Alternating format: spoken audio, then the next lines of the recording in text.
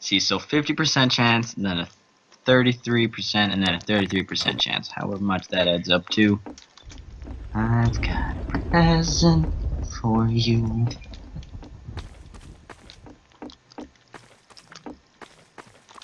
Well, that's not a very nice present.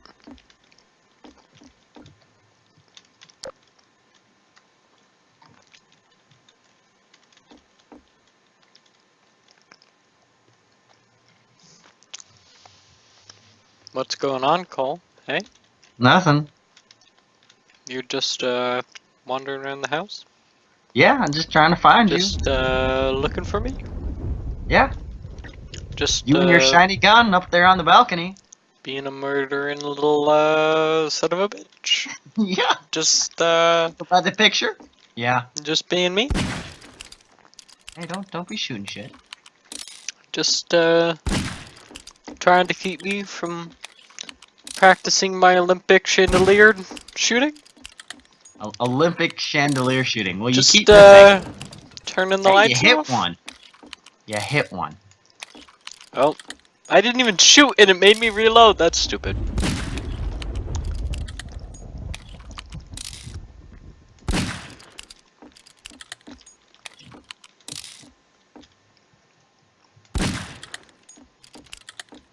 That one's hard to get, especially when you're on the far yeah. side. Yeah, yeah.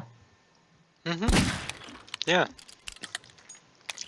Oh, by the way, while I'm thinking about it, I'm gonna tell you a story. So, once upon a time, there was this dude, and he was driving along the road. Hey! Hey, I was telling a fucking story! How did I miss? No, not okay. Calm Not down, okay. you bastard. No. This is not okay. Anyway, so there's this dude, and he's This driving dude! along. You serious right now?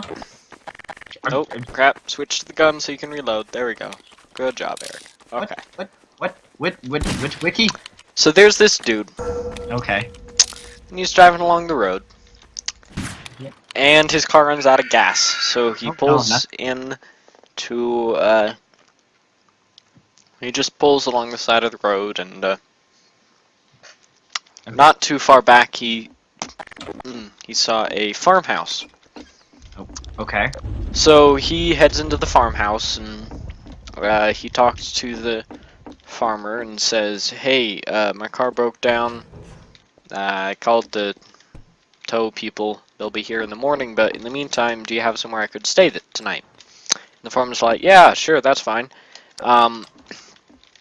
I can't have you here tonight, or rather, I can't have you in the farmhouse because it's full. Okay. But you're welcome to stay in the barn." And so the guy goes into the barn and with the farmer, and the farmer says, "Okay, so here's where you'll be sleeping and all that. You can do whatever you want. Just don't. Are you what's going on here? Just don't go through that door at Hold the side Hold of the on. barn." I'm sorry. Yes, continue. Yeah, and Okay. so the guy tries to go to sleep, but after a while, he can't really go to sleep because he keeps thinking about that door that he's apparently not allowed into.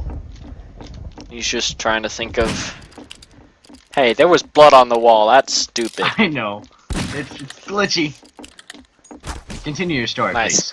please. And so after a long period of time, he finally musters up the courage to go through the door. So he opens up the door and he sees a long flight of steps leading down, down, down, and it looks like there's another door at the bottom. So he eventually gets down the stairs and wow, Whoa, that is truce for a little while. okay. Yeah. All right. Continue. So he decides to I hit it on the first try. Woo! So he continues down the stairs and opens up that other door, and it's a large like warehouse room. And in the middle of it is this giant cage. Okay. And there are all sorts of markings all over the place of don't approach the cage, it's fucking dangerous, you'll shoot your eye out kind of stuff. And he goes up to the cage and he sees a giant purple gorilla. And as he gets closer to the gorilla, it's just kind of taciturn and sleeping and not really doing much. And he notices that its fur looks really, really soft. So he wonders to himself, oh, I wonder just how soft that feels. And he eventually decides, you know what, whatever, I'll just stroke the fur, see how soft it is. It's not really going to do anything. So he touches the gorilla's fur, and the gorilla absolutely freaks out. It just starts rattling the cage, things are being knocked over, and the gorilla actually starts to bend the bars of the cage. So the man, obviously freaked out, runs out of the warehouse, runs back up the stairs and out of the barn. And as he goes, he can hear that the gorilla has broken out of its cage and is following him. So he's just absolutely terrified. And he ends up running down the road with the gorilla quickly catching up behind him. The gorilla catches up, tackles him to the ground, and says, "Tag, you're it." That's funny. So that's my story. Oh! Bitch! Very nice. Nice story. Alright. Your turn. My turn for a story.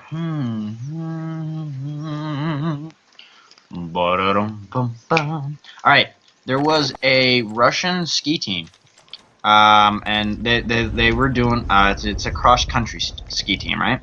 Mm-hmm. And they had a plan that there was a huge group of them that they were going to start in one town, go all the way across just this huge frozen plain, kind of across, fields and stuff, till they get to another town. It was going to be the longest, ski run in Russia, I think, at the time. This was, 30, 40, 50, 60 years ago. Anyways, there was about 20 of them. When they all got to the last town before they left, right, so the town they stayed out before they all went out on the journey, one of them got sick. Yeah. Alright, so he stayed behind. He was really bummed about it, but, he got sick, so he had to stay behind. So the 19 of them left on their journey.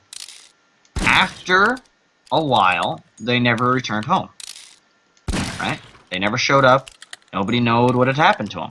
And the guy who didn't go, knowing how long it should have taken, called people up, said, "Hey, we need to go find him." They called the search and rescue people, and they went out to look for him. They eventually found a series. It was very interesting. They found the tent, right? They found the tent that everyone stayed in. And the tent was ripped open from the inside, right? Now, there were footprints leading away from the tent. When they followed the footprints, they came across what had been a fire that was lit a while ago, and a couple people surrounding it without their clothes on. Hey, Nachos, I want to show you a new GIF I made. At least I didn't make it, I just got it.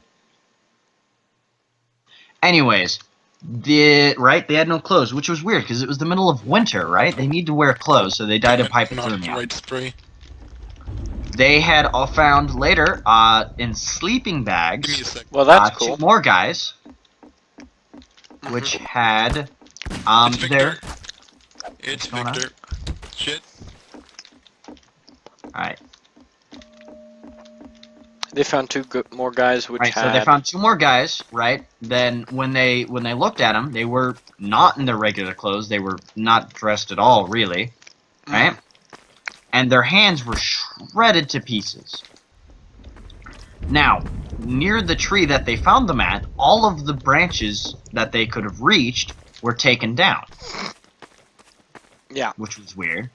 They found a girl way off in the snow, away from the forest that they found those guys in, who was kind of clothed, right, and had died from a blow to the head. Now, the force it would have taken to kill her was not going to be possible from a blow from a human. Now, under inspection, she was missing her tongue. She was missing a tongue? Her tongue. Oh, that's weird. Tongue was missing. They found a couple more of the guys under snow after excavation, not in their clothes, in different people's Juliet, clothes, what are you doing? and a bunch of other stuff. Standing in a secret doorway, what do you think? Oh. Anyway, continue. Mystery was never solved. They all died, no one knows what happened. Like, they were all just really weird circumstances. Hey, Juliet. Hi, How's it you're going, the Juliet? murderer, How's it going, and that's a Juliet? pretty shit story. No, it's actually a true story. Happened in Russia. Russian people are creepy and weird. Juliet,